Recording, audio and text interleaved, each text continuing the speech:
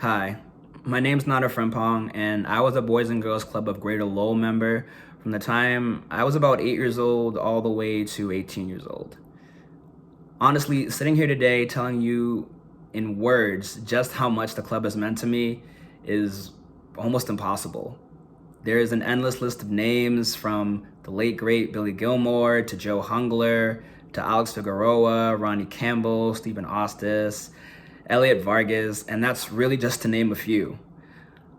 They've all had unique yet profound impacts in my life. But the central theme has always been a deep love and desire to care for our community. It's that same love and desire to care for community that has stuck with me, especially now through my journey through medicine.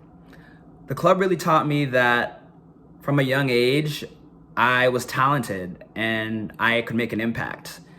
And the program to revitalize the club will allow them to do that for so many other kids in our community for years to come, along with so much more. It's a really exciting time for the city of Lowell.